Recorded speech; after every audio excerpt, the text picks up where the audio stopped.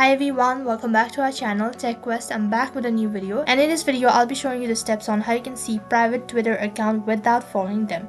So I'll be showing you the steps on how you can do it. Make sure to watch this video till the end. So without any further delay, let's get started. In order to see a private account without them following, open up your web browser and then on the search box type in the username that is on their Twitter account. And once you type in the name, you'll be directed to this kind of interface. And if the username appears on the list, you need to click on the three-dot icon just next to the link. And on the other interface, you need to click on cached, which is right at the bottom.